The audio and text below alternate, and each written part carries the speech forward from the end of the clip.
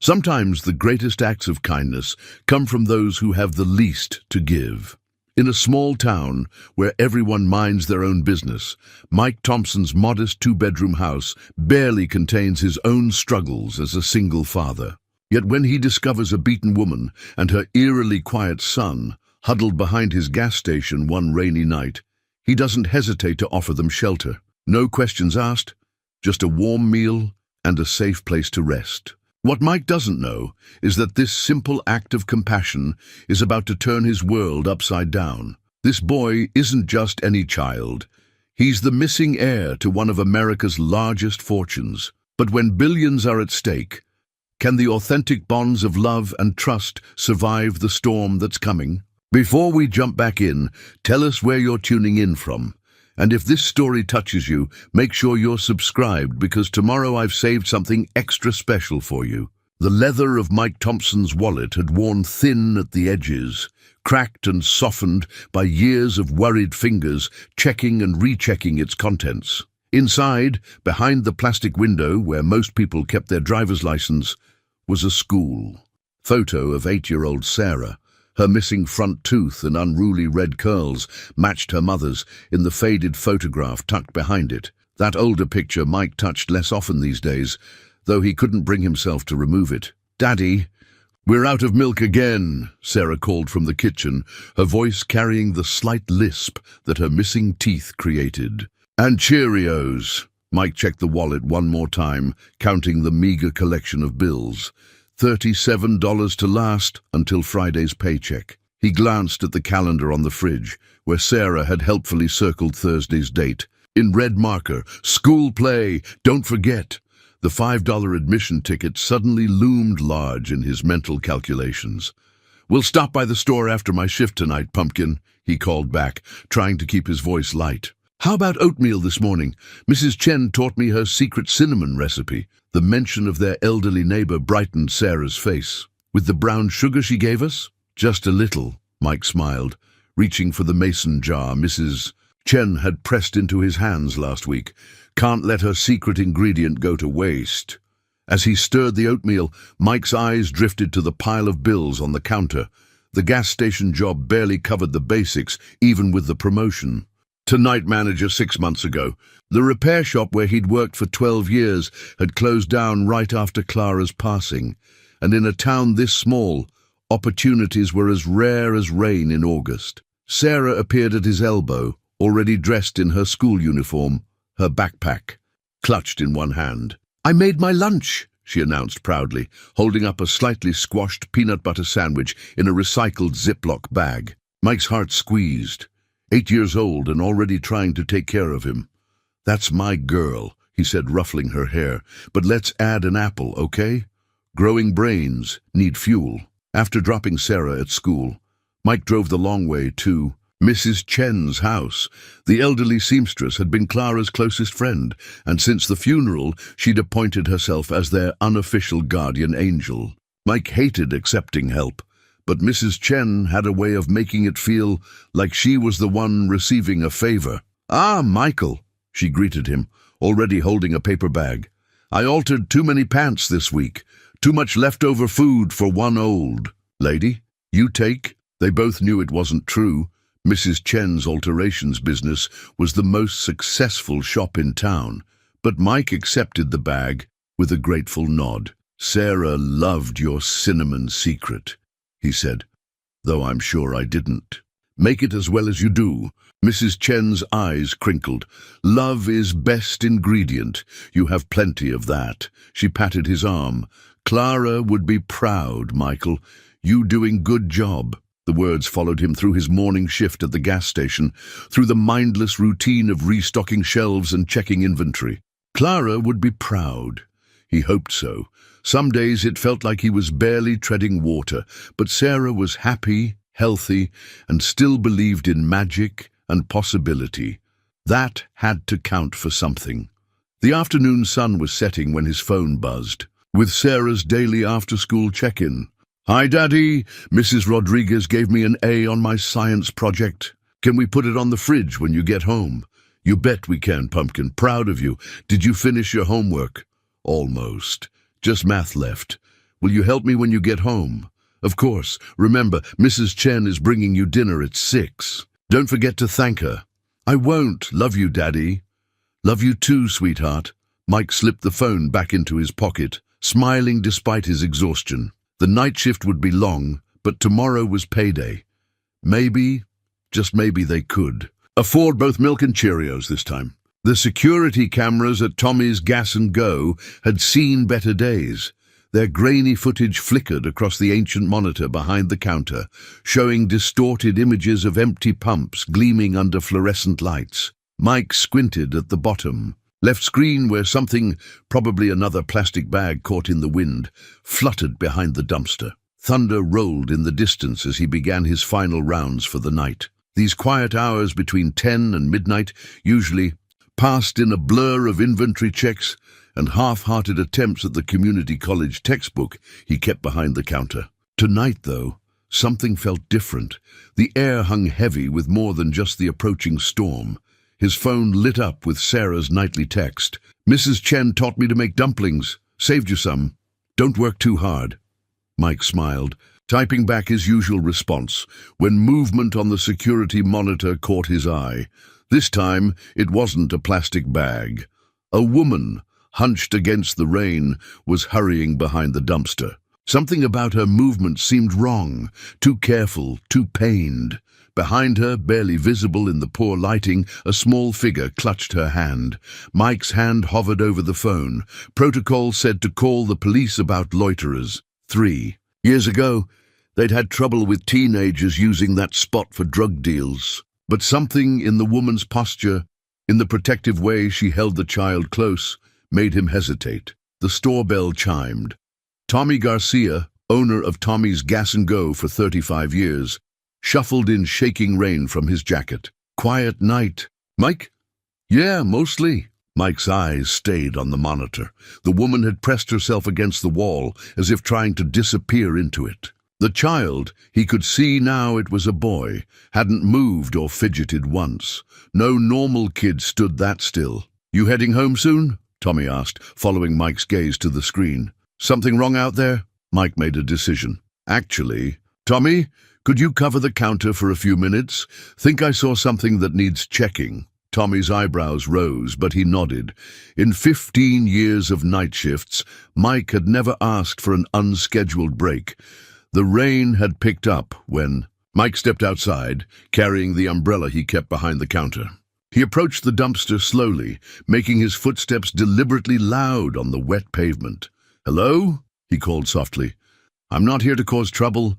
Just wanted to check if you're okay." Silence. Then a small whimper, quickly hushed. Mike stayed where he was, remembering how he'd approached injured animals on his grandfather's farm. "I've got an umbrella," he offered, "and there's hot coffee inside." No questions asked. More silence. Then barely audible over the rain. "We're fine. Please, just go away." The voice was young, female, and trying desperately to sound stronger than it was. Mike's chest tightened as he caught a glimpse of her face in the security light. One, eye swollen nearly shut, a dark bruise blooming across her cheek. "I'm Mike," he said quietly. "I work here. My daughter's 8, makes me keep Band-Aids and first aid supplies around. Got some ice packs, too." The boy shifted slightly, pressing closer to the woman. He looked about Sarah's age, but where Sarah filled any silence with chatter, this child seemed wrapped in it like a shield. Mike's phone buzzed in his pocket. Sarah, probably wondering why he hadn't responded to her text. The woman flinched at the sound. "Look," Mike said, "I've got about 6 hours left on my shift. There's a break room in back with a couch. No one uses it this time of night. You could rest, get warm, wait out the storm. No strings attached." The woman's uninjured eye studied him, desperation warring with distrust. The boy tugged at her sleeve, whispered something Mike couldn't hear. Finally she straightened slightly, wincing at the movement. Just until the storm passes," she said. Mike nodded, careful to maintain his distance as they emerged from behind the dumpster. In the better lighting, he could see more bruises peeking from beneath her collar. The boy's clothes were clean but worn, his small hand never leaving the woman's. "I'm Emma," she offered so quietly he almost missed it. "This is Jamie." Jamie didn't look up, but his grip on Emma's hand tightened as they followed Mike toward the store's back entrance. None of them noticed the black sedan that drove slowly past the station, its tinted windows reflecting the storm. The porch light cast weak shadows across Mike's front yard as he pulled into the driveway, his old truck's headlights illuminating Mrs. Chen's silhouette on the front steps. Emma and Jamie remained silent in the back seat, where they'd huddled. For the entire drive, in the rearview mirror, Mike caught glimpses of Emma's hand, absently touching a broken gold chain around her neck, her fingers working the clasp like worry beads. "That's Mrs. Chen," Mike explained softly. "She looks after Sarah when I work nights." He watched Emma's reflection tense. "She's good people. Known her most of my life." The elderly woman approached the truck, concern creasing her face. "Michael?" Sarah was worried. "You never miss saying good night." "Sorry about that." Mike stepped out into the drizzling rain. "Had an emergency at the station. Mrs. Chen, these are some folks who need a place to stay tonight. This is Emma and Jamie."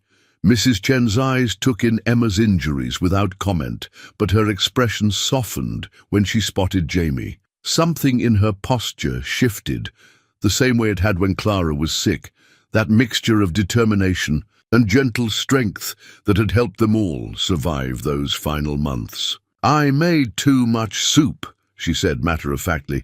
"Good thing you brought hungry people to help eat it." Emma emerged slowly from the truck, keeping Jamie partially behind her. The boy's eyes darted everywhere, taking in the small house, the weather-worn yard toys, the dim lights behind curtained windows. His grip on Emma's hand never wavered. "Sarah is sleeping," Mrs. Chen continued, as if taking in strangers at midnight was perfectly normal. "But soup stays hot on stove. Come, come, rain is no good for healing." Inside, the house was quiet, except for the gentle hum of the aging heating system. Crayon drawings covered the refrigerator, and a half-completed puzzle sprawled across the coffee table. Emma's eyes lingered on a photo of Sarah and Mike at what looked like a school science fair, their matching grins bright under a hand-lettered sign about plant growth. "Bathroom's down the hall if you want to clean up," Mike offered. "I can find some clean towels, maybe some of Clara's old clothes that might fit." Emma's uninjured eye widened. "Clara? My late wife." Mike gestured to another photo on the wall, this one showing a laughing woman with Sarah's red curls. She passed 3 years ago. Cancer. Something in Emma's posture relaxed slightly at this information, though Mike wasn't sure why. She glanced at Jamie, who had pressed himself against her side, his small face nearly hidden in her jacket. "It's okay, sweetheart," she whispered. "We can get cleaned up." Mrs. Chen was already moving efficiently through the kitchen, ladling soup into bowls. "Food first," she insisted, "then clean, both too thin." Jamie's head lifted slightly at the smell of chicken soup, and for the first time Mike saw a flicker of something other than fear in the boy's eyes. He looked younger, suddenly, more like the child he should be. "Sarah made dumplings," Mike said, pulling out a kitchen chair. "She's been practicing all week, not quite ready for a restaurant, but they're getting better." A ghost of a smile touched Jamie's lips.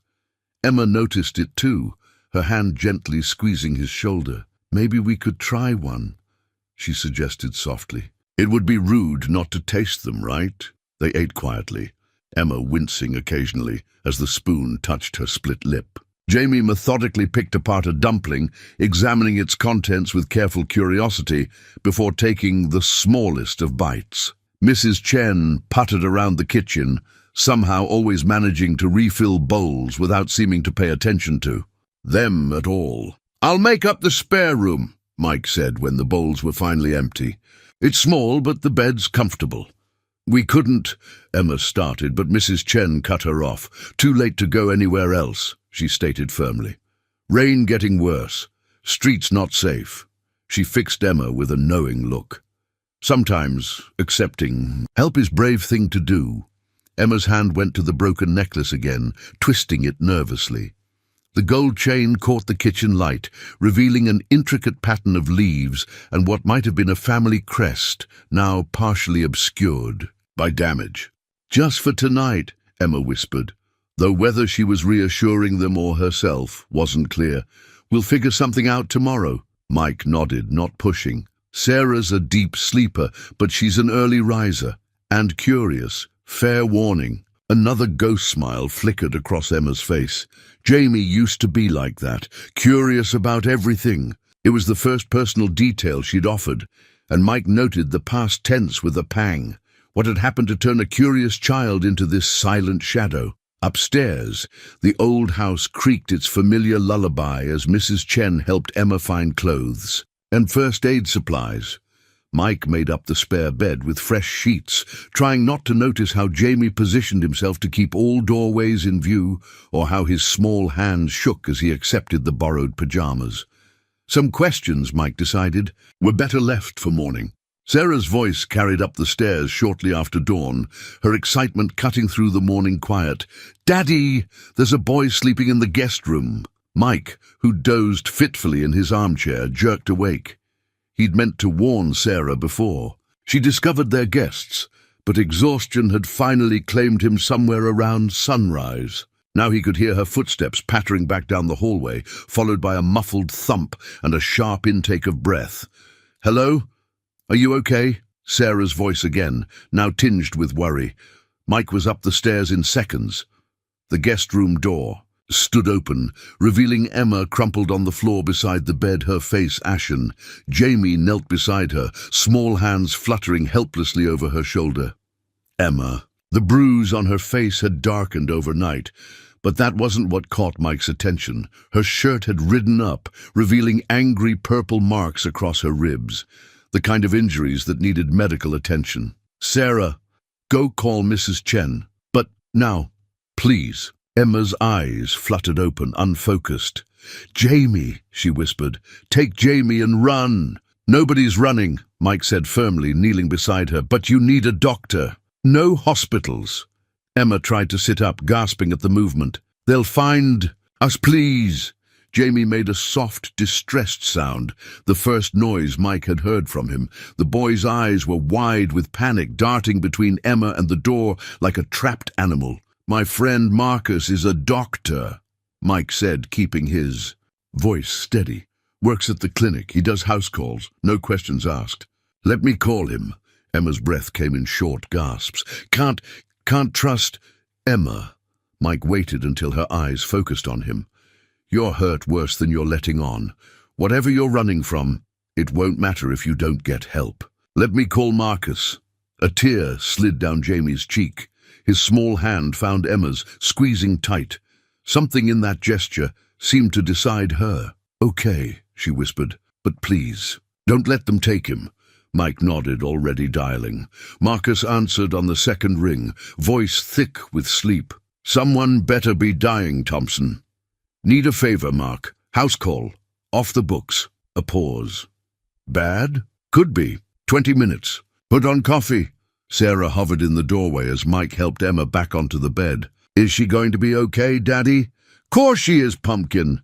Hey, why don't you show Jamie where we keep the cereal? Get some breakfast started?" Jamie looked to Emma, who managed a weak nod. "Go on, sweetheart. I'm just tired." Sarah approached, carefully holding out her hand. "We have Cheerios," she offered. "Daddy just bought them yesterday." Jamie stared at her hand for a long moment before taking it, his movements hesitant as if he'd forgotten how to accept such simple gestures. Sarah led him downstairs, her voice drifting back as she chatted about her favorite breakfast combinations. Mrs. Chen arrived before Marcus, armed with herbal tea and quiet determination. She took one look at Emma and began muttering in Mandarin, her experienced hands already checking for fever. Marcus showed up exactly 20 minutes after the call, medical bag in hand and yesterday's stubble on his chin. His eyes narrowed at Emma's visible injuries, but he kept his voice professionally neutral. "I'm Dr. Marcus Webb. Mind if I take a look?" Emma's examination revealed 3 cracked ribs, severe bruising, and possible internal bleeding. Marcus's expression grew grimmer with each discovery. When he lifted Emma's hair to check a head wound, his fingers brushed her neck, dislodging the broken necklace. It fell to the bed, its intricate golden leaves catching the morning light. Marcus went, very still. "This is a Rothschild piece," he said quietly. "My wife's family jewelers made these for generations. Only a handful exist." Emma's good eye widened in panic. Her hand clutched the necklace, but the damage was done. In the sudden silence, they could hear the television downstairs, where Sarah was probably showing Jamie her favorite cartoons. "That's why you ran," Mike realized. "The boy, he's James Rothschild III, a new voice said from the doorway. Officer Linda Martinez stood with her hand on her gun, though it remained holstered. "Missing heir to the Rothschild fortune. There's a national alert out for both of you." Emma tried to rise, but Marcus held her down with gentle pressure on her shoulder. "You'll tear your stitches," he warned. "How did you—" Mike began. "Tommy called me," Linda said. "Said you took in some strays last night, wanted me to check it out, make sure everything was okay." Her eyes moved to Emma's injuries. "Guess he was right to be concerned." "Please," Emma whispered. "You don't understand. His father beat you?" Linda's voice softened. "Yeah, I can see that. But kidnapping a billionaire's son isn't the answer." "I didn't kidnap him." Emma's words came faster now, desperate. "I was his nanny. I watched that man hurt him for 2 years. The courts wouldn't listen. His mother was dead. No other family stepped in. When I found Jamie in the wine cellar that night, locked in, bleeding," she choked on a sob. "I couldn't leave him there. I couldn't." Downstairs, Jamie laughed at something Sarah said. The sound was startling in its normalcy, its innocence. Linda's hand dropped from her gun. "You have proof?" Emma's fingers worked the broken necklace clasp. The pendant opened with a tiny click, revealing a micro SD card hidden inside. 2 years of videos, photos, hospital reports covered up with bribes. I tried to do it legally first, but Richard Rothschild owns judges the way he owns everything else. Mike thought of Jamie's unnatural stillness, his silence, the way he flinched at sudden movements, thought of Sarah's laughter drifting up the stairs, and how Jamie's own laugh had sounded like something newly remembered. Linda pulled out her phone, then paused. "You know what this means? As soon as I report this, every news outlet in the country will be here. The boy's grandfather has offered a $5 million reward." "Theodore Rothschild?" Emma's face showed a flicker of hope. "He's looking for Jamie? Been on every major network for months, saying his grandson was kidnapped by a mentally unstable employee." Linda's eyes narrowed, "though I'm guessing that's not quite accurate." "Theo never knew," Emma whispered. "Richard kept him away, said Jamie was at private schools in Europe. I tried to reach out once, but the letters never got through." Marcus finished bandaging Emma's ribs, his movements gentle but efficient. "That evidence needs to get to the FBI," he said quietly. "And she needs a hospital, Linda, real medical documentation of these injuries." Mike looked at Mrs. Chen, who had been silent throughout the revelations.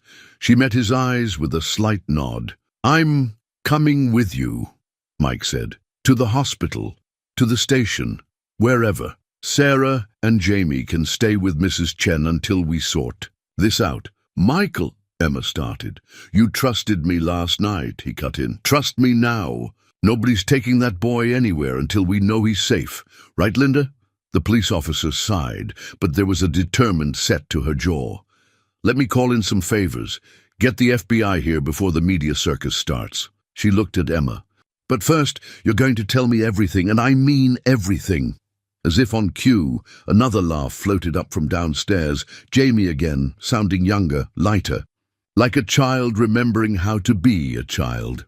Emma closed her eyes, tears sliding down her cheeks. "He laughed," she whispered. "I haven't heard him laugh in so long." Mike thought of his wallet, of Sarah's school photo behind the plastic window. "Of all the ways love made people brave, made them fight impossible odds. Tell them everything," he said softly.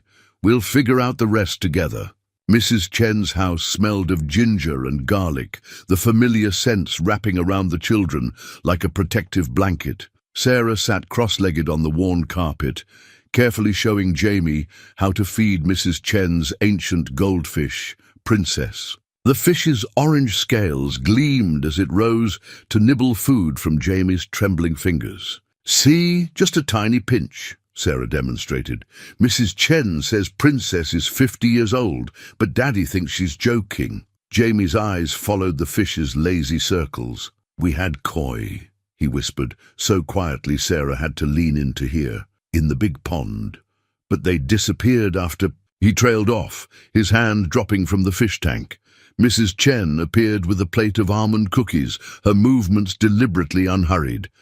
"Ah, Princess likes you," she observed. "Very picky fish, only takes food from good hearts." A ghost of a smile touched Jamie's lips. Since Emma had left for the hospital yesterday, these small expressions had begun appearing more frequently, tiny cracks in his careful armor of silence. "When's Daddy coming back?" Sarah asked, accepting a cookie. She'd been asking variations of this question every few hours, trying to understand why she couldn't go home, why they were having an unexpected sleepover at Mrs. Chen's. "Soon," Mrs. Chen promised. The same answer she'd given each time. "Important. Things take time, like making good dumplings, yes?" Sarah nodded sagely, already well versed in the dumpling philosophy of patience. She broke her cookie in half, offering the larger portion to Jamie. The boy stared at it for a long moment before accepting, his fingers brushing hers with the lightest of touches. Outside, Officer Martinez's patrol car remained parked across the street, its presence both reassuring and a reminder of why they were here. Linda had arranged for 2 officers to watch the house in rotating shifts, their unmarked vehicles the only sign that anything unusual was happening in the quiet neighborhood. Mrs. Chen kept the children busy with small tasks, feeding Princess, folding origami cranes, measuring rice for dinner. She understood, better than most, how work could be a shelter from worry. Each time Jamie completed a task, his movements grew slightly more certain, as if remembering what it felt like to exist without fear. "Would you like to help in garden?" she asked as the afternoon sun began to fade. "Chickens need feeding. Very important job." Jamie's head lifted at the mention of chickens. "You have chickens?" "6 ladies, very spoiled," Mrs. Chen confirmed. "Sarah knows their names." "Ruby's my favorite," Sarah announced, already heading for the back door. "She lets me pet her sometimes. Come on, I'll show you." Jamie followed, his steps quickening slightly as they reached the garden. The chicken coop stood in the corner, its wooden walls weathered but solid. Sarah demonstrated how to scatter the feed, making soft clucking noises to attract the hens. "Like this," she encouraged, taking Jamie's hand and helping him toss a handful of feed. The chickens bustled around their feet, pecking at the scattered grain. A warm brown hen, Ruby, ventured closer, tilting her head to study Jamie with one bright eye. "She likes you," Sarah exclaimed as Ruby pecked delicately at the feed near Jamie's shoes. Jamie stood very still, watching the chicken with a mix of wonder and uncertainty. Then, slowly, he crouched down to Ruby's level. The hen clucked softly, stepping closer to investigate his shoelaces. "Hello," he whispered to the chicken, and Mrs. Chen, watching from the kitchen window, saw something shift in his small face. A softening, a moment of pure, childlike connection, untainted by memory. Later, as she served rice and stir-fried vegetables for dinner, Jamie presented her with a carefully folded paper crane. Its wings were slightly uneven, but he'd worked on it for nearly an hour, his face set in concentration. "For luck," he said, quietly placing it beside his plate. "Emma says cranes bring luck." Mrs. Chen picked up the crane with gentle fingers, turning it to catch the light. "Very good luck," she agreed, "especially when made with care." Sarah beamed at Jamie across the table. "Maybe we can make one for Emma too. And Daddy?" Jamie nodded, some of the tension easing from his shoulders. He'd drawn a picture earlier, his first since arriving, showing 4 figures feeding chickens together. The crayon lines were shaky, but the meaning was clear. A family, whole and safe. Mrs. Chen hung both the crane and the drawing on her refrigerator, right next to Sarah's school awards and finger paintings. Sometimes she knew the bravest thing was to make space for hope to grow. The hospital room was too bright, too sterile, its fluorescent lights throwing harsh shadows across Emma's bruised face. Mike sat in the visitor's chair, watching her stare at an old photograph she'd finally allowed herself to remove from her worn backpack. In it, a much younger Emma held a baby Jamie, both of them caught in a moment of pure joy, unaware of the shadows gathering around them. "I was 22, Emma said quietly, her fingers tracing the photo's creased edge. Fresh out of college, desperate for work. The Rothschild nanny position seemed like a miracle. Private suite in the mansion, excellent pay, just one child to care for." She smiled bitterly. Should have known it was too good to be true. Mike waited, sensing she needed to tell this story at her own pace. Outside the room, 2 FBI agents stood guard, their presence a reminder of both protection and imprisonment. Jamie's mother died when he was 3 months old. Car accident, or at least that's what the papers said. Richard, he changed after that, started drinking more. The staff whispered about his temper, but nobody dared say anything openly. "You don't cross a Rothschild, not if you want to work in New York again." She shifted in the hospital bed, wincing at the movement. "The first time I saw him hit Jamie, the boy was barely 2. A glass of milk spilled at breakfast. I tried to intervene, got fired on the spot. But Jamie," her voice cracked, "he screamed for me all day, wouldn't stop. Richard hired me back that evening, but things were different after that. He made sure I knew my place." Mike thought of his daughter's easy laughter, her unquestioning trust in his love. "Why didn't you report it?" "I did. 3 times. Emma's laugh held no humor. "The first detective mysteriously got transferred to Alaska. The second had his pension threatened. The third—" She shuddered. "Let's just say Richard's message was clear. The only proof I had was my word against his, and a Rothschild's word is worth more than gold in this country." A nurse passed by the room, checking their status through the window before moving on. The FBI had cleared all non-essential personnel from this floor, but the hospital still hummed with its usual rhythm of life and death. "I started documenting everything," Emma continued. "Hidden cameras, voice recordings, photographs of injuries.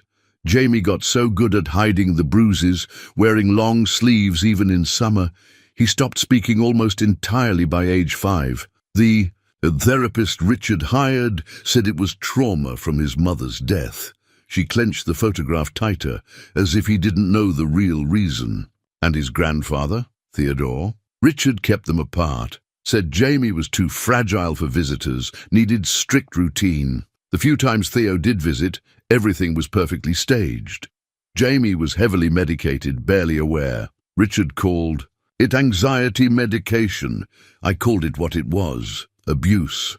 A sound at the door made them both start, but it was just Linda carrying 2 cups of coffee. She handed one to Mike before settling into the other chair. "FBI's finished their preliminary review of your evidence," she said quietly.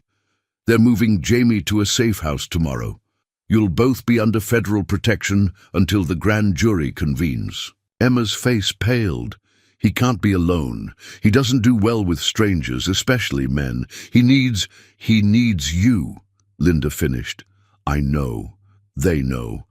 But right now, you both need to be safe."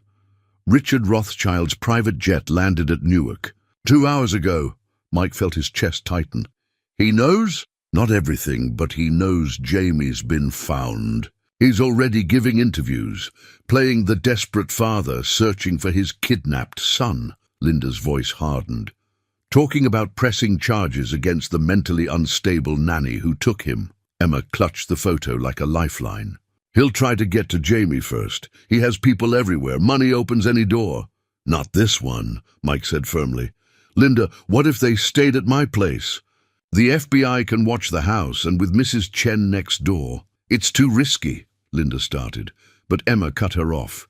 Actually, it might be perfect. Her good eye gleamed with sudden purpose. Richard would never expect that. He'll be watching. Hotels, safe houses, looking for obvious protection details. A small house in a nowhere town, with a single dad and his daughter. She shook her head. It wouldn't even cross his mind. Linda frowned. You're asking Mike to put his family at risk. No, Mike said quietly. She's asking me to help protect hers.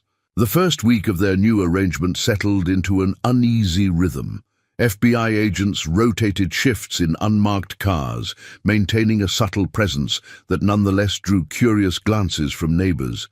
Inside Mike's house, life adjusted around new routines, careful steps in a dance of healing and trust. Sarah's homework assignment lay open on the kitchen table. My new brother. Her childish handwriting filled the page with observations both profound and innocent. Jamie likes scrambled eggs, but not when they're too yellow. He helps me feed the chickens at Mrs. Chen's house. Sometimes he doesn't talk all day, but that's okay, because his eyes say things instead. Dad says families come in all different ways, and sometimes the best ones find each other by accident. Emma, reading over Sarah's shoulder during breakfast, had to blink back tears. Her ribs were healing, the bruises fading to yellowed shadows, but some wounds went deeper than skin. Is it okay? Sarah asked, watching Emma's face. My teacher said we should write about important changes in our lives. It's beautiful, sweetheart. Emma's voice wavered slightly, but maybe we should ask Jamie if he's comfortable with you sharing it in class. Jamie, who had been quietly arranging his toast into precise geometric patterns, looked up at the sound of his name. A week of regular meals had begun to fill out his hollow cheeks, though he still startled at unexpected noises. Would you mind? Sarah asked him directly. I can write about something else if you want. Jamie studied her for a long moment, then shook his head. I don't mind, he whispered. His voice, when it came, was stronger than it had been at the gas station. Can I read it first? Sarah beamed, sliding the paper toward him. Sure. Maybe you can help me fix my spelling. Mrs. Rodriguez says I mix up too many letters. Mike, watching from the doorway, caught Emma's eye. These small moments of normalcy felt like victories. Jamie speaking unprompted. Sarah's easy acceptance of their new reality, the way Emma's shoulders gradually lost their defensive hunch when she was within the house's walls. The FBI had installed new security systems, reinforced locks, panic buttons disguised as light switches. But somehow, the greatest protection seemed to come from these ordinary morning rhythms, breakfast conversations, homework help, the gentle clinking of spoons against cereal bowls. Dad? Sarah's voice pulled him from his thoughts.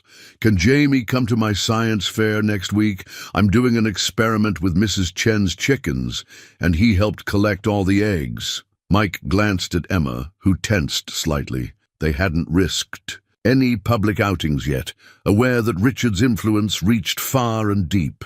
But the school was small, security was tight, and Jamie's eyes had lit up at the mention of the project he'd been helping with. Maybe, Mike said carefully.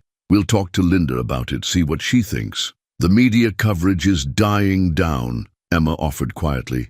And they're still focused on the New York area, watching Richard's mansion and Theo's properties. As if summoned by the mention of coverage, the burner phone the FBI had provided buzzed in Emma's pocket. She checked it, her face tightening. Theo's giving another interview tonight.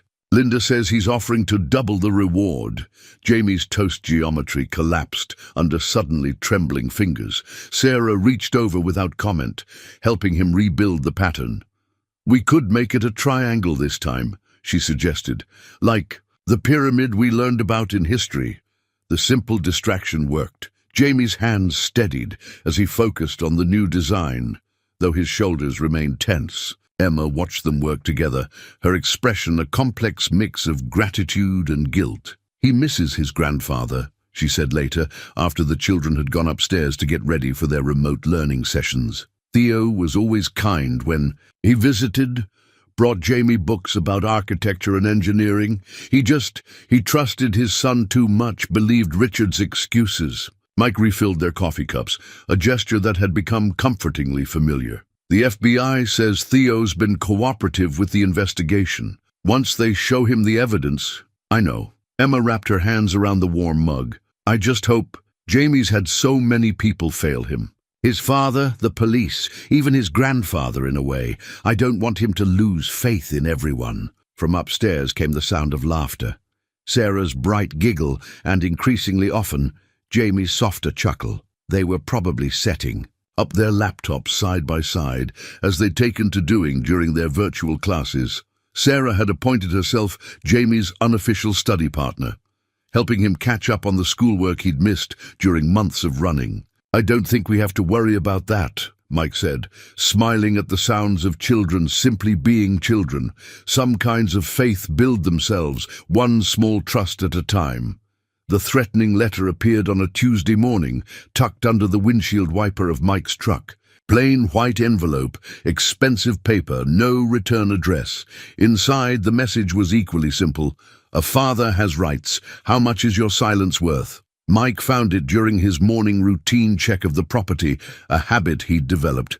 Since Emma and Jamie had moved in, the FBI agent parked across the street was already radioing it in, but Mike's hands shook as he sealed the letter in a plastic bag. Not from fear, but from a rage he hadn't felt since Clara's final days in the hospital, when the insurance company had denied her last treatment option. Don't tell Emma, he instructed Linda when she arrived to collect the evidence. She's just starting to sleep through the night. Linda's expression was grim. Mike, we've got a bigger problem. A private investigator tried to access Sarah's school records yesterday, claimed to be conducting a district audit. The implications hit him like a physical blow. They'd known Richard had resources, but targeting Sarah? Did they? School. Called me first, thank God. But Mike, Linda hesitated. He's escalating. These aren't random attempts anymore. He's figured out where Jamie is, or he's close to it. Inside the house, they could hear Mrs. Chen teaching Sarah and Jamie how to make dumplings, her calm voice carrying instructions about proper pleating technique. The domestic sounds felt suddenly fragile, like a soap bubble about to burst. We should move them, Mike said. But even as he spoke, he knew it wasn't that simple. Jamie had finally stopped checking exit routes every time he entered a room. Emma had hung a small painting in the guest room, her first claim to permanence. And Sarah would be devastated. Linda shook her head. Visibility is actually working in our favor right now. The media attention on Richard means his every move is being watched. If Jamie suddenly disappears again, he'll spin it as Emma running, use it to support his kidnapping narrative. Mike ran a hand through his hair. So what do? We let him make mistakes. Linda's voice hardened. Men like Richard Rothschild aren't used to being told no. The more pressure we put on him, the more likely he is to slip up. A crash from the kitchen interrupted them, followed by Jamie's sharp cry of distress. They rushed inside to find broken ceramic on the floor, a mixing bowl, now in pieces. Jamie had pressed himself into the corner, arms wrapped protectively around his middle, while Sarah hovered nearby with worried eyes. I'm sorry, he whispered, rocking slightly. I'm sorry. Only a bowl, Mrs. Chen said calmly, already sweeping up pieces. Many bowls in world, only one Jamie. But Jamie's breathing was coming too fast, his eyes unfocused. Emma, who had appeared from the living room, approached him slowly. Jamie, sweetheart, you're safe. Remember our game? Tell me 5 things you can see. Jamie's voice shook. B-bowl broke. He'll be mad. No, he won't, Sarah interrupted firmly. Nobody here gets mad about accidents. Remember when I spilled paint all over Dad's work shoes? He just helped me clean it up. Something in Jamie's posture shifted at Sarah's words. His breathing slowed slightly. 5 things, he mumbled. I see Mrs. Chen sweeping. Sarah's pink hair clips. The window with rain. Emma's green sweater. Mike's kind eyes. The last observation hung in the air, unexpected and powerful. Mike felt his throat tighten as Jamie gradually uncurled from his defensive position. "Know what else I see?" Sarah added, reaching for Jamie's hand. "Enough dumpling filling for at least 20 more tries, and Mrs. Chen always says practice makes perfect." Mrs. Chen nodded approvingly. "Smart girl, come, start again. This time I show special trick for folding corners." As the children returned to their cooking lesson, Emma touched Mike's arm. "There was a letter, wasn't there?" "I saw Linda's car." Mike hesitated, but Emma's eyes were steady. She wasn't the same frightened woman from the gas station. "Richard's getting closer," he admitted quietly. "But Linda has a plan." "He'll try to buy us off first," Emma said, "then threaten, then—" She swallowed hard. "Mike, I should go. Take Jamie somewhere else." "You and Sarah shouldn't—" "Family," Mrs. Chen interrupted from the kitchen, not turning from her dumpling demonstration. "Like good dumpling, needs all parts to work. Filling, wrapper, proper fold. Take one away, everything fall apart." The kitchen. Jamie was carefully pleating a dumpling edge, his face set in concentration. Sarah counted the folds out loud, cheering when he achieved a perfect crimp. The scene was so ordinary, so precious in its simplicity. "We stay together," Mike said firmly. "Whatever comes next, we face it as a family." The DNA test results lay stark and official on Mike's kitchen table, their clinical language confirming what they already knew. Jamie's genetic profile matched the samples provided by Theodore Rothschild with 99.9% certainty. The boy coloring quietly with Sarah in the next room was, without question, the lost heir to one of America's largest fortunes. Emma traced the edges of the paper with trembling fingers. "I remember the day they did the original test," she said, quietly. "Jamie was just a baby. Catherine, his mother, she'd been asking questions about Richard's behavior, threatening to leave. The paternity test was his way of reminding her who held the power." Mike poured more coffee, adding the extra sugar Emma preferred. The kitchen had become their war room after the children's bedtime, a place to share secrets and strategies. "Tell me about Catherine," he prompted gently. Emma's eyes grew distant. She was radiant. Brilliant, too. Had degrees in architecture and urban planning. She designed homeless shelters, affordable housing projects. Richard met her at a charity gala, pursued her for months. She smiled bitterly. The papers called it a fairy tale romance, the billionaire and the humanitarian. What changed? Catherine got pregnant. Richard, he'd hidden his drinking well during courtship, but once they were married, once she was carrying his heir, Emma's hands clenched around her coffee mug. The first time he hit her, she was 7 months pregnant. She called me in the middle of the night, terrified. I was just the nanny candidate then, hadn't even started the job. But I drove to the mansion anyway. Linda entered quietly, taking her usual seat at the table. She'd been working late, coordinating with FBI agents as they built their case against Richard.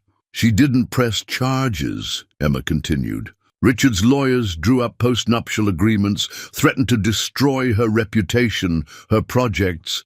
She stayed for Jamie's sake, thinking she could protect him." Her voice cracked. "The night of the accident, she'd finally decided to run. Had everything planned, but somehow Richard found out." And Mike felt a chill despite the warm kitchen. "The car crash," Emma nodded.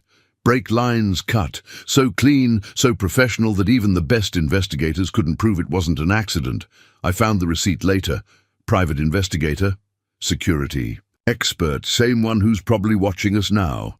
Linda pulled out her notebook. "Name? Marcus Drake. Ex-military, specializes in difficult family situations for wealthy clients." Emma's laugh held no humor. "Richard kept him on retainer after Catherine's death, said it was for household security." "The FBI's been wanting to talk to Drake for weeks," Linda said. "Man's like smoke, everywhere and nowhere." A floorboard creaked upstairs. Sarah's usual midnight trip to the bathroom. They waited until her quiet footsteps returned to her room before continuing. "After Catherine died, Richard started drinking more openly," Emma said. No one left to keep appearances. 4. Except at public functions. Jamie was just a baby, colicky, needed constant attention. Richard, he couldn't stand the crying. She pulled out her phone, scrolling through encrypted files. I started documenting everything the day Catherine died.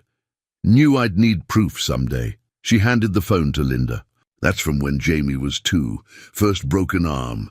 Richard told the hospital he fell down the stairs. The photos were clinical, devastating in their detail. Mike had to look away. Why didn't Theodore intervene? Linda asked. Surely he suspected something. Richard controlled all access to Jamie, said the boy was delicate, needed special care. When Theo visited, Jamie was always heavily medicated, barely conscious. Richard claimed it was for anxiety, trauma from losing his mother. Emma's voice hardened. The few times Jamie tried to tell his grandfather the truth, Richard would double the dosage, say the boy was having episodes. Mike thought of Jamie. Upstairs, finally sleeping peacefully after weeks of nightmares. But you kept gathering evidence. Catherine made me promise. Emma pulled out an old flash drive, its surface scratched and worn. The night she died, she gave me this. Said if anything happened to her, I had to protect Jamie. Had to find a way to get him to Theo. She pressed the drive into Linda's hands. Everything's here. Financial records, medical reports, security footage. Catherine was building a case, preparing for custody battle. She just ran out of time. Linda pocketed the drive carefully. This helps, but we need more. Recent evidence, proof of ongoing abuse. Check the necklace again, Emma said. The SD card has everything from the last 2 years, including the night we ran. She closed her eyes. The night I found Jamie locked in the wine cellar, half conscious. Richard he'd been drinking, lost control. If I hadn't gone back to the house for my forgotten phone, Mike reached across the table, squeezing her hand. You saved him. Maybe. Emma's voice was barely a whisper. But Richard won't stop until he gets him back. And next time there might not be anyone to find him in time. The television cast a blue glow across the living room as Theodore Rothschild's weathered face filled the screen. Unlike his son's polished media appearances, Theo looked genuinely haggard, his prestigious law firm's backdrop doing little to hide the toll of recent weeks. I'm speaking directly to Emma Sullivan now, his voice cracked with emotion. I know you thought you were protecting Jamie, but please, he's all I have left of Catherine. The reward has been doubled. $10 million. No questions asked. Just let me see my grandson. Jamie, watching from the doorway in his pajamas, made a small sound of distress. Sarah immediately took his hand, a gesture that had become instinctive over their weeks together. Grandpa looks sad, Jamie whispered. Emma muted the television. But the damage was done. The headlines scrolling across the bottom of the screen told their own story. Rothschild heir still missing, mentally unstable nanny suspected, father pleads for son's return. Mike watched Jamie's face carefully. They'd tried to shield the children from the media coverage, but in a small town, secrets had a way of spreading. Just yesterday, Sarah had come home from her remote learning session asking why her online classmates were saying Jamie was worth millions of dollars. Your grandfather loves you, Emma said softly. He just doesn't know the whole truth yet. Why can't we tell him? Jamie's voice was stronger than it had been in the gas station. Weeks of safety gradually rebuilding his confidence. He's smart. He'd understand. Linda, who had been reviewing security footage on her laptop, looked up. The FBI is building a solid case, Jamie, but your father has a lot of powerful friends. We need to make sure everything is properly documented before we move forward. But a sharp knock at the door cut him off. Everyone froze, but Mrs. Chen's familiar voice called out, "Aya, let old lady in before soup gets cold." Mike checked the security camera before opening the door. Mrs. Chen bustled in, carrying her largest soup pot, but her usual cheerful expression was strained. "Reporters at shop today," she announced, heading straight for the kitchen. "Ask many. Questions about strange car at my house, children in garden. I tell them mind own business, but..." She set the pot down with unusual force. Not good. Too many eyes now. Emma's face paled. We should leave. Find somewhere else. No. Jamie said suddenly, his small voice firm. I'm tired of running. They all turned to look at him. In the weeks since his arrival, Jamie had gradually emerged from his shell of silence, but this was different. He stood straighter, chin lifted in a way that suddenly recalled Catherine's photograph. Mum kept running, he continued, running and hiding and trying to make plans. And then, he swallowed hard, and then she couldn't run anymore. I don't want anyone else to not be able to run anymore. Sarah squeezed his hand. Nobody's going to hurt you here. Dad and Emma and Mrs. Chen and Officer Linda won't let them. I know. Jamie looked at Emma. That's why we should tell Grandpa. Everything. Show him the videos. Emma knelt before him, her eyes bright with tears. Sweetheart, it's not that. Simple, your father's lawyers. Can't hide everything forever, Jamie finished. You always said that's why you kept recording, so someday people would have to see the truth. Linda set aside her laptop. He's right, you know. Richard's getting desperate. These public appeals, the increased reward. He's trying to control the narrative.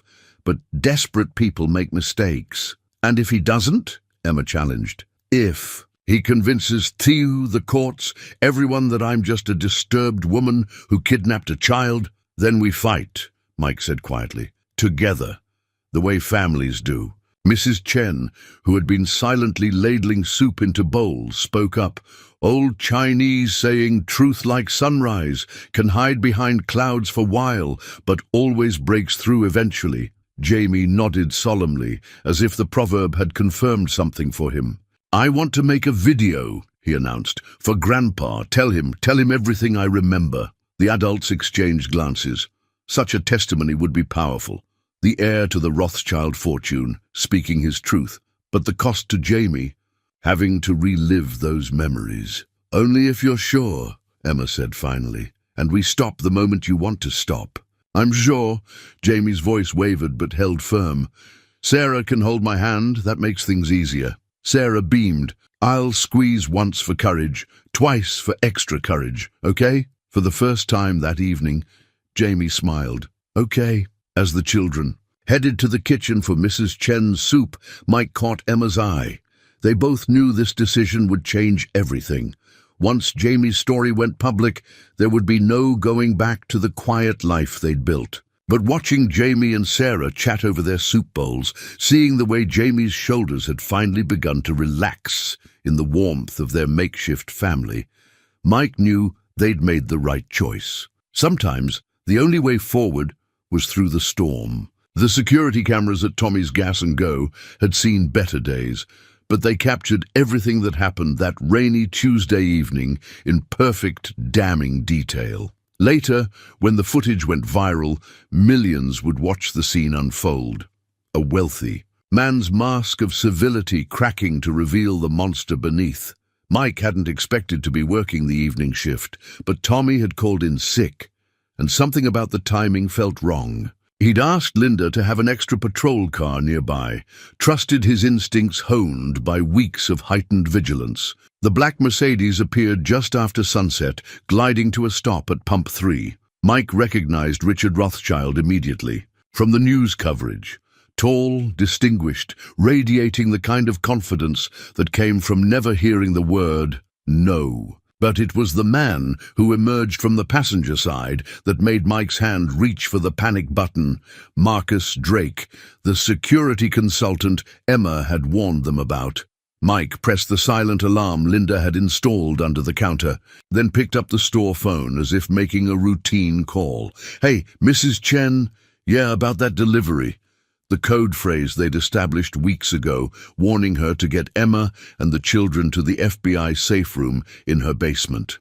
Richard approached. The counter, his smile practiced and cold. Good evening, I believe you have something that belongs to me. Just gas and snacks here, sir. Mike kept his voice neutral, years of customer service experience hiding his racing heart. Regular or premium? Let's not play games. Richard's smile thinned. My investigators are quite thorough, Mr. Thompson.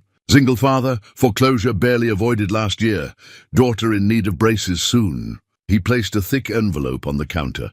Life is expensive. Children deserve the best opportunities. Mike didn't touch the envelope. We're not that kind of establishment. Everyone has a price. Richard's voice hardened.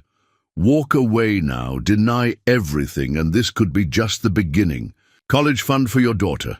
Better job opportunities. The right doors opened. Or Mike could see Drake moving to block the store's entrance, his jacket bulging suspiciously. Or things become unfortunate. Richard's mask slipped slightly. Accidents happen, especially in small towns with understaffed police departments. The threat hung in the air, but Mike felt oddly calm, like Catherine's accident. Richard's composure cracked just for a moment. You know nothing about the wine cellar, though, Mike continued quietly. That was new, locking a child in the dark, beating him unconscious.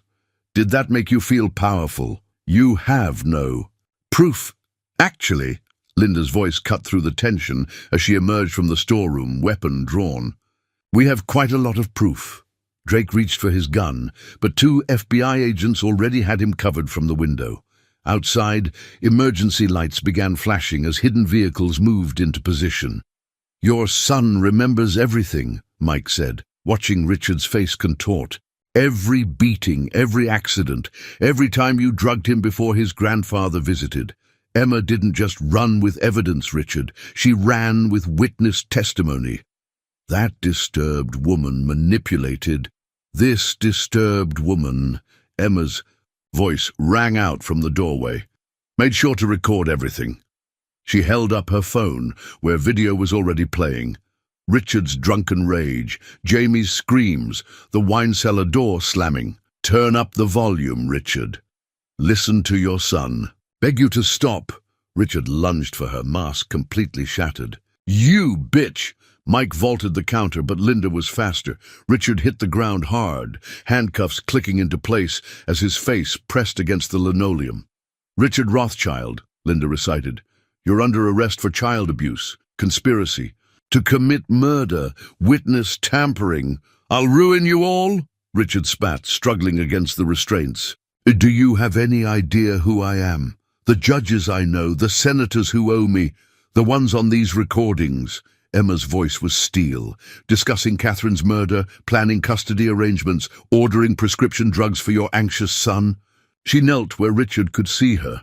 I learned from Catherine's mistake. She kept her evidence in one place, easy to find and destroy. I scattered copies everywhere, encrypted dead man switches that would activate if anything happened to me. Or Jamie. Richard's face went slack with realization. Outside, more vehicles were arriving, news vans drawn by police scanner chatter. Through the window, camera flashes began to strobe. Your father's watching all of this live, Linda informed him, hauling him to his feet. FBI agents are with him now, showing him everything. The videos, the medical reports, the financial trails. Did you really think you could hide it forever? My son, Richard snarled, straining against Linda's grip. He's my son, my heir. He's a little boy, Mike cut in, disgusted. A little boy who deserved a father, not a jailer. Emma's phone rang, the burner phone they used for secure communications. Her hands shook as she answered it, listened for a moment, then covered her mouth to hold back a sob. Theo wants to see him, she managed. He's asking Jamie's permission to visit, saying he'll understand if it's too soon, if Jamie needs time. Through the growing crowd outside, a familiar figure pushed through, Mrs. Chen, moving. With purposeful determination, she made it through the door just as Richard was being led out. Forgot soup on stove, she announced, as if armed FBI agents and handcuffed billionaires were perfectly normal occurrences at the gas station. Children doing homework. Jamie want to know if safe to come home now. Home. Such a simple word for such a profound concept. Yeah, Mike said, watching Richard being placed in a federal vehicle, Drake soon following. Yeah, I think it's finally safe. Emma sagged against the counter, years of tension releasing at once. I need to call Jamie, let him hear my voice. He always worries when... Already done? Mrs. Chen produced a tablet from her bag. Children very smart, set up video call themselves. The tablet screen showed Sarah's bedroom, where both children sat surrounded by what appeared to be every stuffed animal in the house. Jamie's face was serious but calm as he took in the scene behind them. "Did you get him?" he asked quietly. Emma wiped her eyes. "Yes, sweetheart. He can't hurt you anymore." Jamie nodded solemnly. Is Grandpa really coming?" "Only if you want him to," Mike assured him. "Everything happens on your terms now, buddy," Sarah said. Jamie glanced at his friend, who gave him an encouraging nod. Sarah said maybe he could come for the science fair next week. See the chicken project? Through the tablet speakers, they could hear Sarah's excited gasp. "Yes, Mrs. Chen says the eggs are going to hatch any day now, and I wrote about how you helped with all the data collection and—" As Sarah chattered on, some of the remaining tension left Jamie's shoulders. He wasn't smiling, not quite, but there was something lighter in his eyes. "The media's going to be all over this," Linda warned quietly. "Might want to keep the kids home for a few days." Mrs. Chen sniffed. "Many dumplings to make, many stories to tell. Time passed quick with family."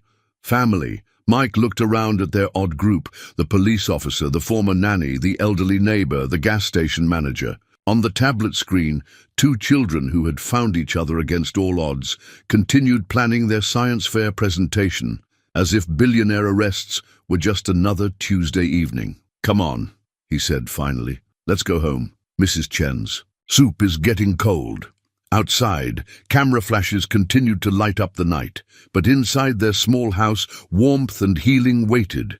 And for tonight, that was more than enough. The morning after Richard's arrest, Mike's kitchen table disappeared under a sea of legal documents, custody applications, witness statements, psychiatric evaluations.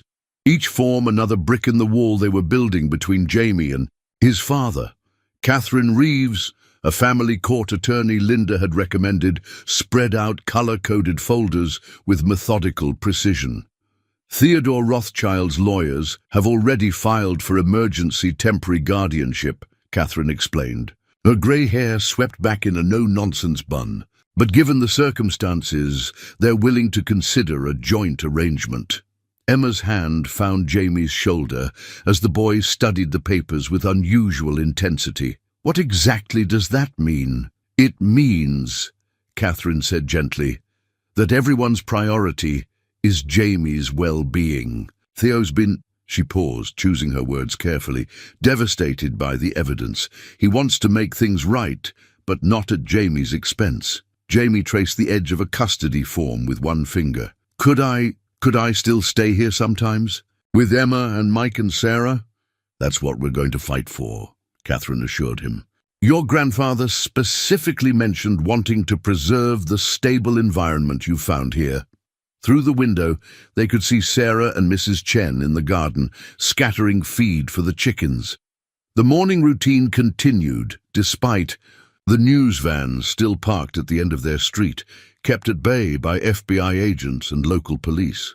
"Richard's lawyers will fight back," Catherine warned. "They'll try to paint Emma as unstable, question her motives in taking Jamie. They'll probe into everyone's background, Mike's financial struggles, his wife's death, every parking ticket and late payment." "Let them," Mike said firmly, signing another affidavit. "We have nothing to hide." Emma straightened in her chair. "Use my trust fund." "What?" Mike turned to her. "The trust fund Richard set up when I started as Jamie's nanny. I never touched it, felt too much like blood money. But now—" She met Catherine's eyes. "How much would a proper legal team cost? One that could match Richard's attorneys?" Catherine named a figure that made Mike wince, but Emma just nodded. "Do it. Time to use his own money against him." "I want to testify," Jamie said suddenly. Everyone fell silent, looking at him. "Not just the videos. I want to tell the judge myself." "Sweetheart," Emma started, but Jamie shook his head. "Sarah says brave doesn't mean not being scared. It means doing something even when you are scared." His small hands clenched into fists.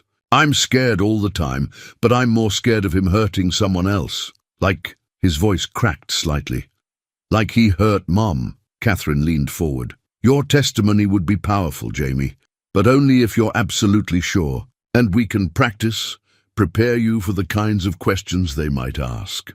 Sarah said she'd help me practice, Jamie offered. She's good at asking questions. Through the window, they could see Sarah demonstrating something to Mrs. Chen, her hands moving animatedly as she explained. The elderly woman nodded with exaggerated seriousness, treating the 8-year-old's chicken-feeding theories with grave respect. Speaking of Sarah, Catherine shifted some papers. We should discuss her role in all this. The media attention isn't going away anytime soon. She'll need preparation too, understanding of what she can and can't say at school, online safety, protocols. Mike felt a familiar twist of worry. Sarah had handled everything with remarkable resilience so far, but this was different. Their quiet life had been transformed overnight into national news. Sarah, strong girl, Mrs. Chen spoke up from the doorway, making them all jump. She carried a basket of fresh eggs, Sarah trailing behind her. Smart girl, knows important things about family. What kind of important things? Catherine asked, clearly familiar with the weight Mrs. Chen's opinions carried in this household.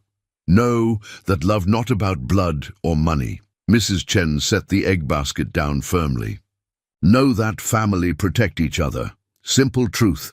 Rest just details. Jamie's tense shoulders relaxed slightly at Mrs. Chen's words. Sarah bounded over to him, proudly showing off a perfectly formed egg. Look, Ruby finally laid one. I told you she was just waiting for the right time. The lawyers and their papers suddenly seemed less overwhelming in the face of such ordinary joy.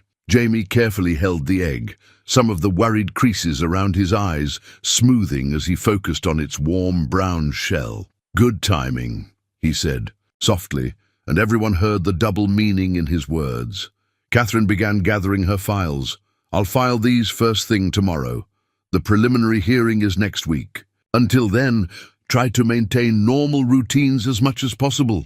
She smiled at Jamie, and maybe start practicing those testimony questions with Sarah. Don't forget science fair, Mrs. Chen reminded them. Life not stop for lawyers. Chickens still need feeding. Data still need collecting. Mike caught Emma's eye across the table and saw his own determination reflected there. One way or another they would make this work. For both children. For their whole unlikely family. Theodore Rothschild looked smaller in person than he did on television. Standing in Mike's modest living room, his expensive suit somehow out of place among the well-worn furniture and children's artwork, he seemed more like a tired old man than a corporate titan. His eyes fixed on Jamie with a mixture of hope and heartbreak. You've grown so much, he said softly. Last time I saw you, you were so still, so quiet. They told me it was the medication, that you needed it for anxiety. His voice cracked. I should have known, should have looked closer. Jamie stood between Emma and Sarah, one hand firmly clasped in each of theirs. He'd chosen this meeting, insisted he was ready, but his grip on their hands betrayed his nervousness. It's not your fault, Grandpa, he said, his voice small but steady. Dad, he was good at hiding things. Theo took a halting step forward, then stopped himself. The books I sent you about architecture engineering, did you ever... I read them all. Jamie's grip relaxed slightly. The one about bridges was my favorite. I used to imagine building one big enough to escape over. Something shattered in Theo's expression. He sank onto the couch, hands trembling. Oh, Jamie, my boy, I'm so sorry. Sarah squeezed Jamie's hand twice, their signal for extra courage. He squeezed back once before letting go, taking a careful step toward his grandfather. Want to see my science project? He asked. It's about egg production rates and chicken behavior. Sarah helped me with the graphs. Theo looked up, tears gleaming in his eyes. I'd love that. Sarah was already pulling out their presentation boards, eager to show off their work. We used different types of feed to see what made the chickens happiest, she explained. Jamie figured out how to measure their activity levels. Mathematical averages, Jamie added, some of his tension easing as he fell into the familiar topic. and we made charts showing the correlation between happy chickens and egg quality. Theo listened with complete attention as the children walked him through their methodology. His eyes never left Jamie's face, drinking in every expression, every gesture that showed his grandson's growing confidence. Emma moved to stand beside Mike, watching the scene unfold. "He's different than I expected," she whispered. "More human?" Mike supplied. On the coffee table, Mrs. Chen had laid out her almond cookies, her special recipe reserved for important occasions. Theo had accepted one with genuine gratitude, seeming to understand the honor it represented. "Did you really build this project yourself?" Theo asked, as Jamie explained their data collection system. Jamie nodded.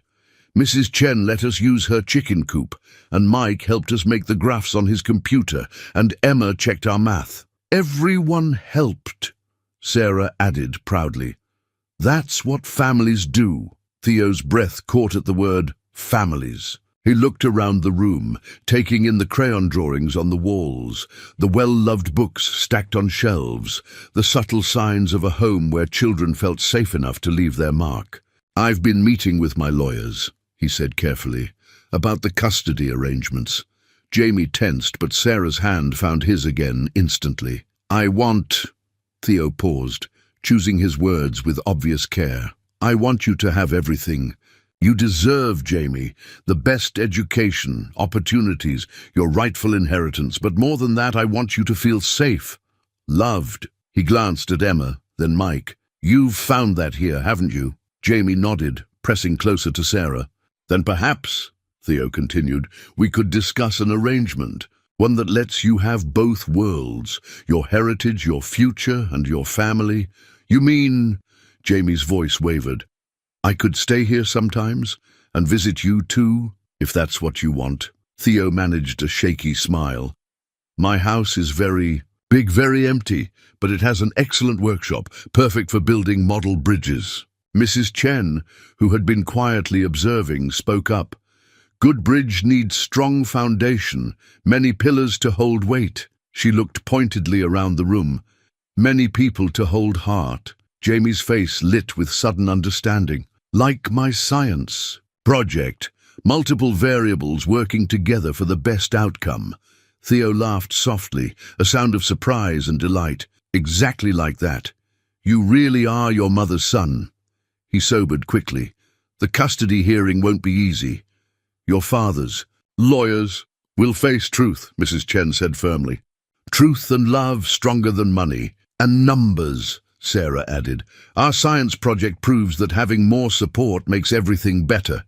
Even chickens." Jamie looked around the room, at Sarah's unwavering friendship, Emma's protective love, Mike's steady presence, Mrs. Chen's quiet wisdom, and now his grandfather's desperate hope for reconciliation. "I'm not afraid of the hearing," he said quietly.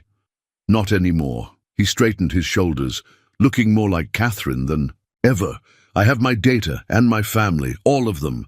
The family courtroom seemed impossibly large to Jamie as he sat in the witness chair, his feet barely touching the floor. He wore his best clothes, new ones Theo had bought him, but chosen by Emma with Sarah's careful input. "Blue makes you look brave," Sarah had insisted, and somehow wearing the color did help him feel stronger. Judge Marion Chen, no relation to their Mrs. Chen, though Jamie wished she was, had kind eyes behind her glasses as she explained the process. "Just tell us your story in your own words, Jamie. Take all the time you need." Jamie glanced at the packed courtroom. Emma and Mike sat directly behind Catherine Reeves, their lawyer. Sarah was between them, wearing her own blue dress in solidarity.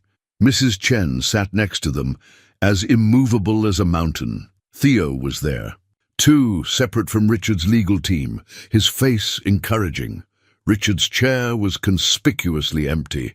He'd been denied attendance due to the restraining order, but his expensive lawyers filled the opposite side of the courtroom, their expressions carefully neutral.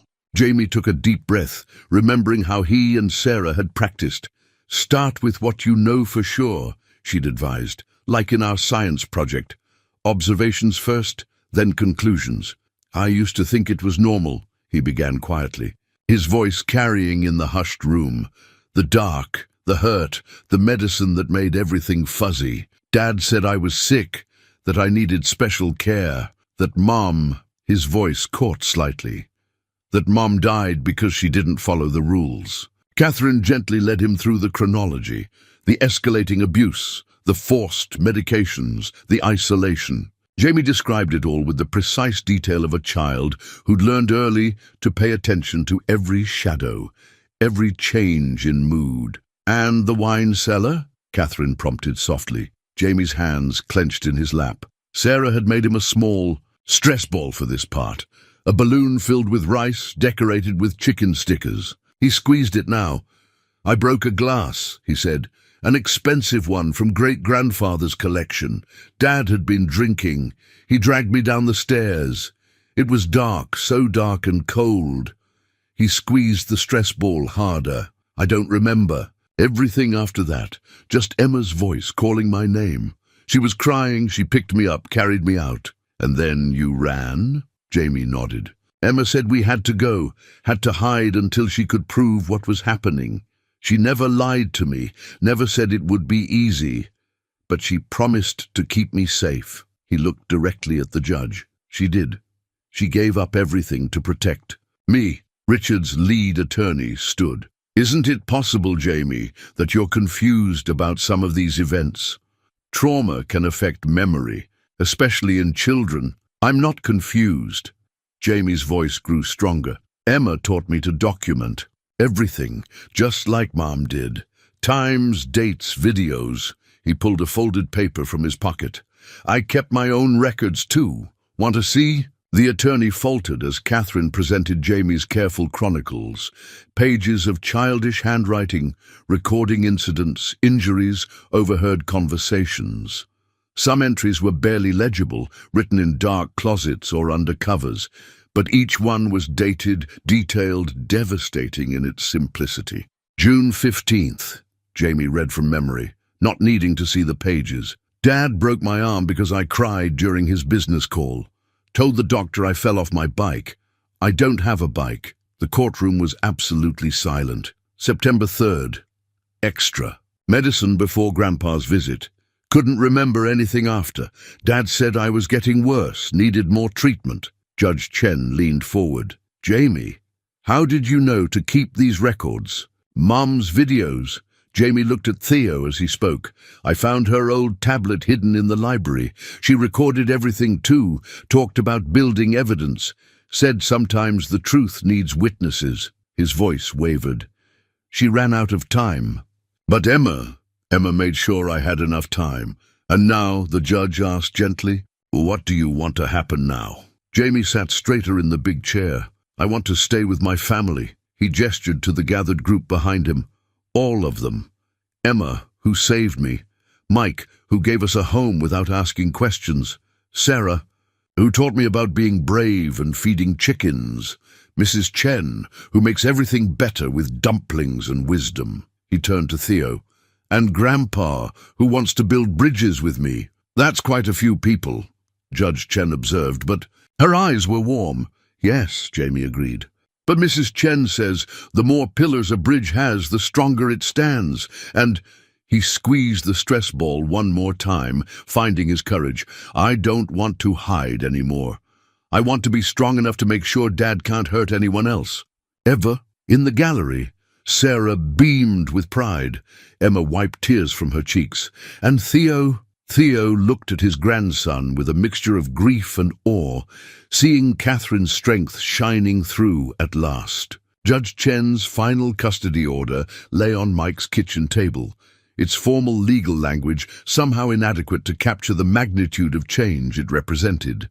The document outlined an arrangement as unique as their situation: joint custody shared between Theodore Rothschild and Emma Sullivan, with Mike's home designated as Jamie's primary residence during the school year. "It's unprecedented," Catherine had explained during their final meeting. "But then, everything about this case has been unprecedented." The judge was particularly moved by Jamie's testimony about needing all his pillars of support. Now, a week, After the ruling, their expanded family gathered around that same kitchen table to plan the logistics of their new reality. Mrs. Chen's dumplings steamed in bamboo baskets while Theo spread out blueprints for the changes he wanted to make to his house. The East Wing could be converted into a proper workshop, he explained to Jamie, who leaned forward with keen interest. Space for all your science projects, engineering experiments. Sarah too, of course, he added quickly, including his grandson's best friend in the plans without hesitation. Sarah bounced in her chair. Could we build a chicken coop? A fancy one with automatic feeders and temperature controls? And data collection systems, Jamie added, growing animated. For comparing it with Mrs. Chen's traditional coop, Theo's eyes misted as he watched Jamie's enthusiasm emerge. These moments of pure childhood excitement were becoming more frequent, each one a small victory over the past's shadows. Richard's lawyers filed their appeal, Linda mentioned quietly to the adults, while the children were absorbed in chicken coop design. She'd stopped by officially to deliver updated restraining order paperwork, but everyone knew she came for Mrs. Chen's dumplings. Emma's hand tightened around her teacup, but her voice remained steady. It won't change anything. The evidence is too strong, and public opinion is completely against him, Mike added. The media coverage had been overwhelming, but the narrative was clear. A wealthy man's abuse exposed, a brave nanny's sacrifice, a grandfather's redemption, and a small town's protection of a vulnerable child. Richard's board of directors has asked for his resignation, Theo confirmed. The family company's reputation, he trailed off, shaking his head, though that hardly matters compared to what he did to Jamie. To Catherine, Mrs. Chen set another basket of dumplings on the table. With unusual force, past is past, cannot change, but future. She gestured at Jamie and Sarah, now drawing elaborate chicken coop plans on the blueprint margins. Future we build together. The custody order included other provisions: mandatory therapy for Jamie, supervised visits with Richard only if Jamie chose to allow them in the future, continued FBI protection until all appeals were resolved. But watching the children plan their science sanctuary, these legal requirements seemed less important than the simple reality of their daily life. We'll need to adjust the schedule for science fair practice, Sarah was saying seriously. Since Jamie will be at Grandpa Theo's every other weekend, I can help via video call, Theo offered immediately. And perhaps we could set up parallel chicken coops, compare data between locations. Jamie's eyes lit up at the suggestion. Like a multi-site research study? Emma, could we? Emma smiled at his excitement. I think that sounds perfect. Maybe Mike could help with the data tracking systems.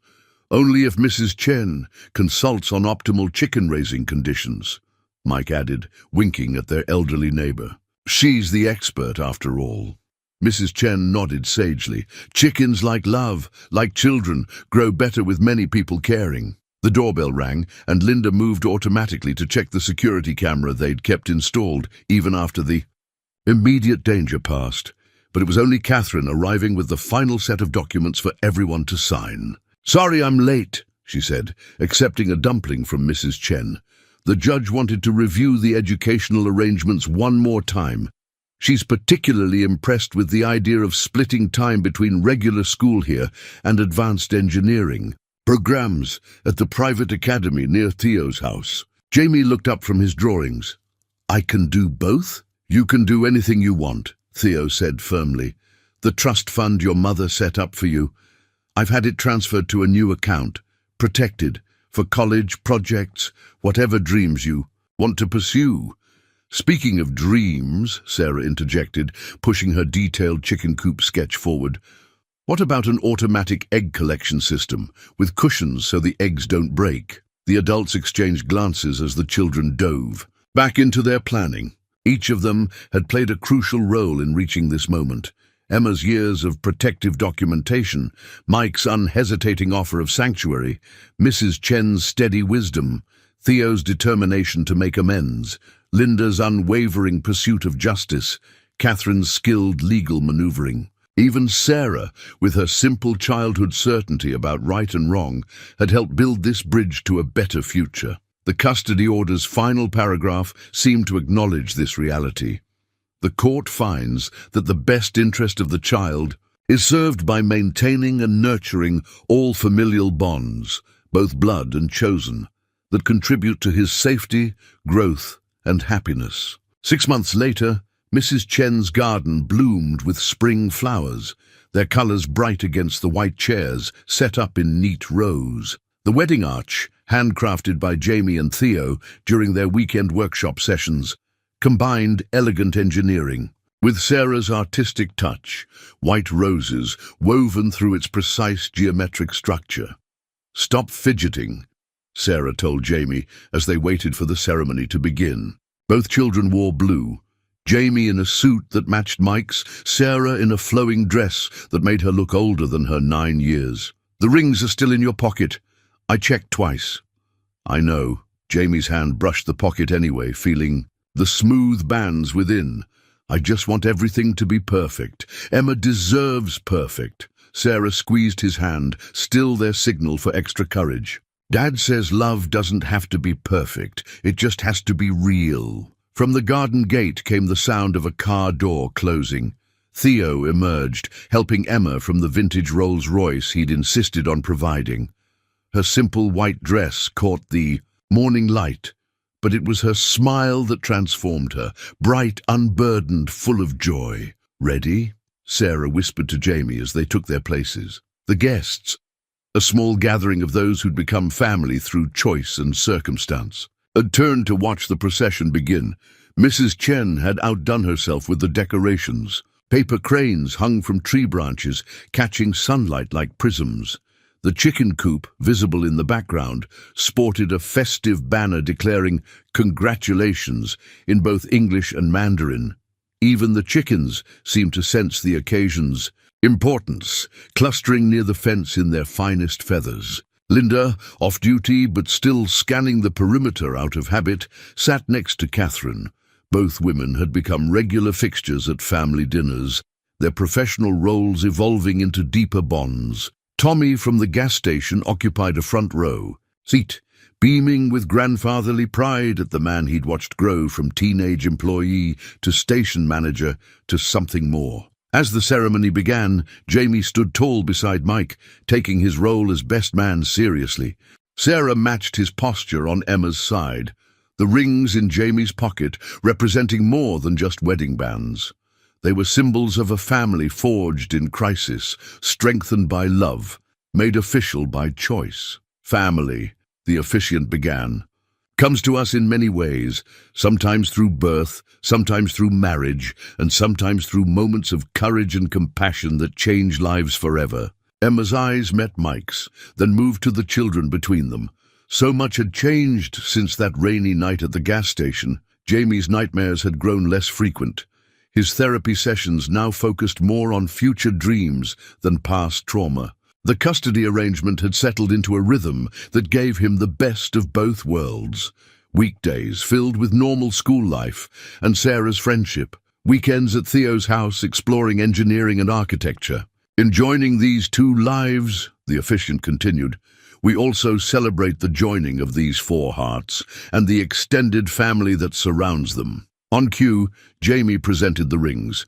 His hands were steady, his smile genuine. Sarah produced the unity candle they'd all decorated together, its surface covered in tiny, handwritten messages of love and hope. As Mike and Emma exchanged vows, Mrs. Chen dabbed at her eyes with an embroidered handkerchief. Theo, sitting beside her, offered a spare one from his pocket. They'd developed an unlikely friendship over the past months, the billionaire and the seamstress finding common ground in their love for Jamie and their shared appreciation for properly made dumplings.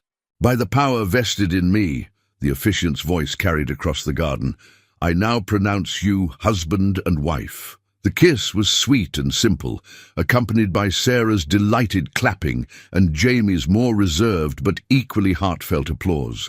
As the newlyweds turned to face their guests, Emma reached for the children, drawing them into the embrace. "Perfect," Sarah whispered to Jamie as they hugged their parents. "See? Told you it would be." The reception moved to tables scattered through the garden, where Mrs. Chen's famous dumplings held pride of place among more traditional wedding fare. The chicken coop's automatic feeding system, Jamie and Theo's latest project, chimed musically as it dispensed afternoon treats to its residents. Later, as the fairy lights began to twinkle in the growing dusk, Jamie found a quiet moment with Emma near the rose arch. "Happy?" he asked softly, still sometimes unsure of his place in this expanding family. Emma drew him close, pressing a kiss to his forehead. "More than I ever dreamed possible. You know what Mrs. Chen says about happiness." Jamie smiled, quoting their neighbor's familiar wisdom. "Like good dumpling, best when shared with family." From the dance floor came Sarah's laugh as Mike attempted to teach Theo a simple box step. Mrs. Chen directed the moment with her usual authority, demonstrating the proper rhythm with surprising grace. "Our family," Emma agreed, holding Jamie close. "All of it." 1 year to the day after Emma and Jamie first huddled behind the dumpster, Mike stood behind the counter of what was now Thompson's Gas and Go. The purchase had been Theo's wedding gift to the couple, a chance to transform the place where their story began into something more. The security cameras were new, the lighting better, but the heart of the place remained the same. A safe harbor for those in need, no questions asked, which was why Mike didn't hesitate when he saw the young woman on the monitor, clutching a toddler as she crouched beside the air pump. Her eye was swollen, her movements painfully familiar. Emma, now co-owner and night manager, was already reaching for the phone. "I'll call Linda and Mrs. Chen," Mike added, grabbing the umbrella from behind the counter. Rain fell steadily. Outside, just as it had that night a year ago. From the back office, where Jamie and Sarah were doing their homework, came the sound of quiet conversation and occasional laughter. Their science fair project, comparing customer service satisfaction between Thompson's Gas and Go and the franchise station across town, had taken first place last week. The ribbon hung proudly next to the station's new mission statement.